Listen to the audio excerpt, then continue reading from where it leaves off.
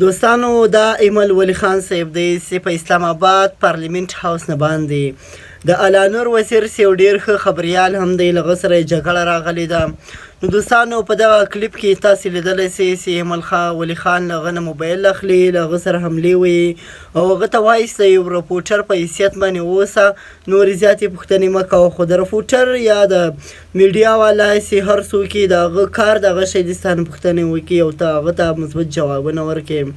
نو دوستانو د ایمل ولی خان صاحب په اړه تاسو کوم نظر لرئ؟ دغه یو کلیپ ته یې راځئ دلته سره شیر کوم.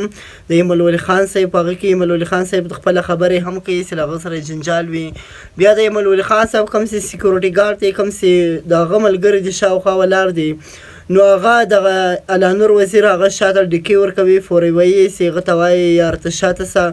نو دوستانو دغه یو ډیره دردناکه واقعه ده، ولې ځکه چې یو دونه غټ لیډر هغه په صحافي باندې لاس پورته کوي، صحافي سره هغه جنجال کوي، صحافي ته وایي چې ته شاته سه. نو د صحافي خو دغه کار وي چې هغه ته نه پوښتنې وکړي. نو دوستانو راځئ د ایمل ولی خان صاحب دغه کلیپ را سره